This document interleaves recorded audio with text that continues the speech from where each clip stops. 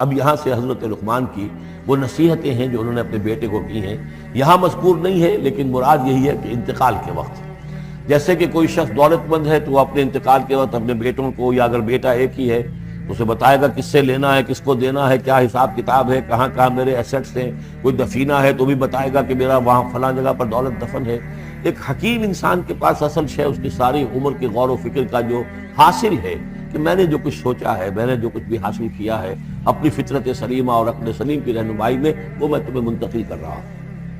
وَإِذْ قَالَ لُقْمَانُ لِابْنِهِ وَهُوَ يَعِظُهُ، یاد کرو جب کہ کہا لقمان نے اپنے بیٹے سے اور وہ اسے نصیحت کر رہے تھے،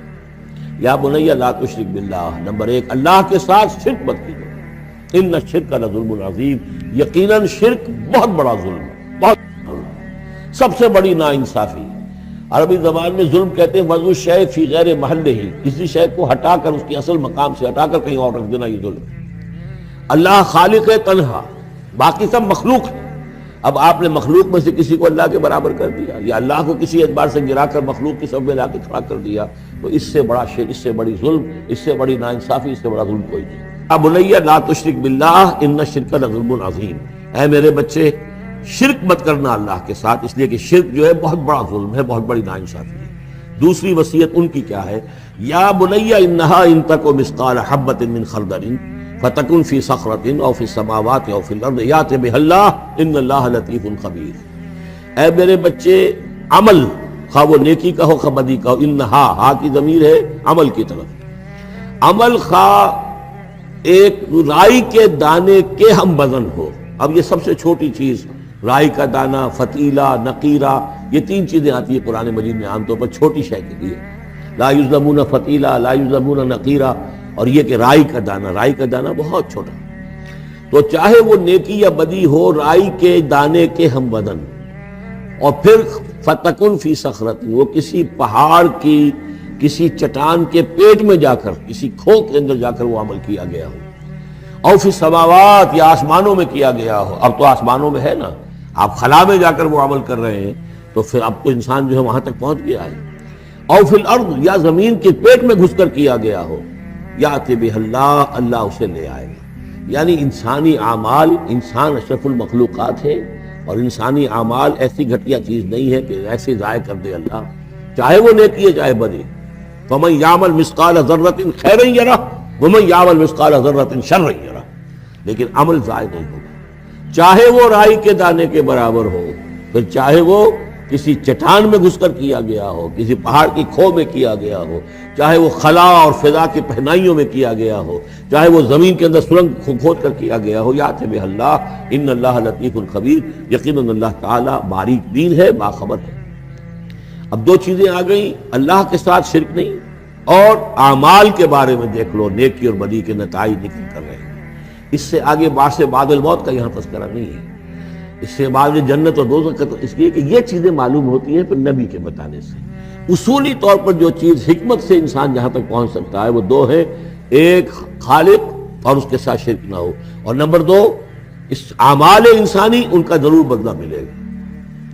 اب اس کے بعد تیسری بات، یا بنی اقم الصلاۃ، نماز قائم رکھ، یعنی جس اللہ کو تم نے پہچان لیا ہے، اب محض ایک مرتبہ پہچان لینا کافی نہیں ہوگا، اسے یاد رکھنا ضروری ہے، ورنہ شیطان تمہیں ورغلائے گا، تمہیں ادھر ادھر سے جو ہے تمہارا نفس تمہیں غلط راستے پر ڈال دے گا، جب تک کہ یہ ایمان باللہ مستحضر نہ رہے ذہن کے اندر۔ اور ایمان باللہ کو مستحضر رکھنے کے لیے ذکر ہے جو ہم پڑھ چکے ہیں، اتل ما اوحی الیک من الکتاب واقم الصلاۃ ان الصلاۃ تنہی عن الفحشاء والمنکر، لہذا اب نماز کون سی تھی وہ ہم نہیں جانتے، لیکن کوئی ذریعہ ایسا ہونا چاہیے کہ تم اللہ کو یاد کیا کرو۔ یا بنی اقم الصلاۃ، اور نمبر 4 وَأَمُرْ بِالْمَعْرُوفِ وَانْهَ عَنِ الْمُنْکَرِ، اور نیکی کا حکم دو اور بدی سے روکو، یہ بھی تمہاری ذمہ داریوں میں سے ہے، یہ بھی انسان کی، یوں سمجھیے کہ اس کی انسانیت، اس کی شرافت، اس کی مروت کا تقاضا ہے کہ وہ اپنے جو ابنائے نو ہیں، جو بھی انسان ہیں، ان کی بھلائی کے لیے کوشاں ہوں، اور سب سے بڑی بھلائی ان کی، سب سے بڑی خدمت یہی ہے کہ انہیں برائیوں سے روکا جائے اور بھلائیوں کی دعوت دی جائے۔ وَاصْبِرْ عَلَىٰ مَا أَصَابَكَ، اور یہ بھی جان لو کہ اگر یہ امر بالمعروف و نہی عن المنکر کرو گے تو تکلیفیں آئیں گی، مصیبت آئیں گی۔ پسند تو کسی کو نہیں ہے کہ آپ اس پر تنقید کریں، اگر آپ کسی بچے کو بھی سڑک پر کھیل رہا ہو، گلی میں کھیل رہا ہو، اگر آپ اس سے کہہ دیں کہ بیٹے یہ کوئی کرکٹ کھیلنے کی جگہ نہیں ہے، کسی کی گاڑی کا شیشہ توڑو گے تم، تو آپ دیکھ لیجئے پھر کیا آپ کا وہ اس کو کیا جواب دے گا آپ کو. اسی لیے آپ بولتے ہی نہیں ہیں کہ اب لے کر وہاں سے نکل جائیں. تو کسی کو بھی نصیحت پسند نہیں ہے, حق کڑوا ہے, لہذا آپ اگر حق کہنا ہے اور نصیحت کرنی ہے تو پھر تیار رہو کہ وہ ممکن ہے تمہیں پلٹ کر گالی دے دے, وہ کہے کہ تم پہلے ذرا اپنے دامن کو دیکھو تمہارے کتنے دھبے ہیں. اب جو بھی ہو برداشت. اور اگر کوئی بڑی بات ہے, اگر فرعون کے سامنے جا کر حق کہو گے تو وہ تو کہے گا کہ میں تمہیں جیل میں ڈالوں گا.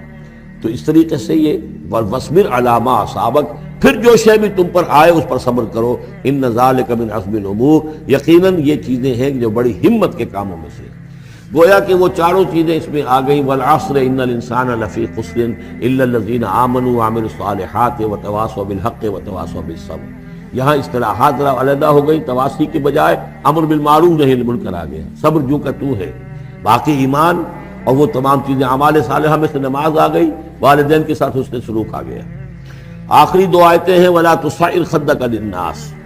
اور دیکھو اپنے گالوں کو پھلا کر مت رکھو لوگوں کے سامنے, یعنی تکبر اور غرور اس انداز میں رہنا. وَلَا تَمْشِ فِي الْأَرْضِ مَرَحًا, اور تم زمین میں اکڑ کر نہ چلو. ان اللہ لا يحب كل مختال فخور, یقیناً اللہ تعالیٰ کو جو اکڑنے والے ہیں, اور یہ مختال بنا ہے خیل سے. خیل کہتے ہیں گھوڑے کو. گھوڑے کی چال میں ایک تمکنت ہوتی ہے, تو جب انسان بھی بڑی تمکنت کے ساتھ چلتا ہے تو وہ گویا کہ اختیال بن گیا. لا يحب كل مختال فخور, شیخی کھوڑے, فخر کرنے والے, اکڑنے والے اللہ کو پسند نہیں ہے. یہ مضمون سورہ بنی اسرائیل میں بھی آ چکا ہے. وَلَا تَمْشِ فِي الْأَرْضِ مَرَحًا إِنَّكَ لَن تَخْرِقَ الْأَرْضَ وَلَن تَبْلُغَ الْجِبَالَ طُولًا, تم کتنا ہی پاؤں مار کر چلو ہماری زمین کو پھاڑ نہیں سکتے, اور کتنی گردن اکڑا لو, اونچے ہو جاؤ, سینہ تان لو اور اوپر ترا بھی چڑھا لو, لیکن یہ کہ تم پہاڑوں کی اونچائی تک نہیں پہنچ سکتے. آخری بات فرمائی وَاقْصِدْ فِي مَشْيِكَ, اپنی چال میں میانہ روی اختیار کرو. یہ میانہ روی ہر اعتبار سے, چال میں بھی, خرچ میں بھی. وَالَّذِينَ إِذَا أَنفَقُوا لَمْ يُسْرِفُوا وَلَمْ يَقْتُرُوا وَكَانَ بَيْنَ ذَلِكَ قَوَامًا, یہ ایک میچور شخصیت کا کہ اس کے اندر ہر اعتبار سے معلوم و توازن ہو, انتہا پسندی کسی بھی اعتبار سے نہ ہو. وَاقْصِدْ فِي مَشْيِكَ وَاغْضُضْ مِنْ صَوْتِكَ, اور اپنی آواز کو پست رکھو. اس کا مطلب کیا ہے کہ کہیں کوئی آرگومنٹ ہے, کہ جھگڑا ہو گیا ہے, تو آواز کو بلند کرنے کی کوشش نہ کرو, بات اپنی کرو. عام طور پر یہ ہوتا ہے کہ جب آدمی دیکھتا ہے کہ میری دلیل تو کمزور پڑ گئی, تو پھر وہ اپنی آواز کی والیوم بڑھا کر کوشش کرتا ہے کہ کمپنسیٹ کرے کہ دلیل عقلی اعتبار سے تو کمزور ہے, لیکن میری آواز جو ہے وہ اس کے اندر وزن پیدا کر دے. وَلَا وَاغْضُضْ مِنْ صَوْتِكَ, اور دیکھو إِنَّ أَنْكَرَ الْأَصْوَاتِ لَصَوْتُ الْحَمِيرِ, آواز جو گدھے کی ہوتی ہے وہ ڈھیچو ڈھیچو جب کرتا ہے تو بلند تو وہ بہت ہوتی ہے, لیکن کس قدر ناپسندیدہ آواز, کتنی ناپسندیدہ آواز ہے. تو آواز کی بلندی کوئی حسن نہیں ہے, اصل تو یہ شے ہے کہ آپ جو بات کہیں وہ وزنی ہو, وہ دلیل کے ساتھ ہو, اور وہ آپ اپنی بات کو منوا سکیں اس کے حوالے سے.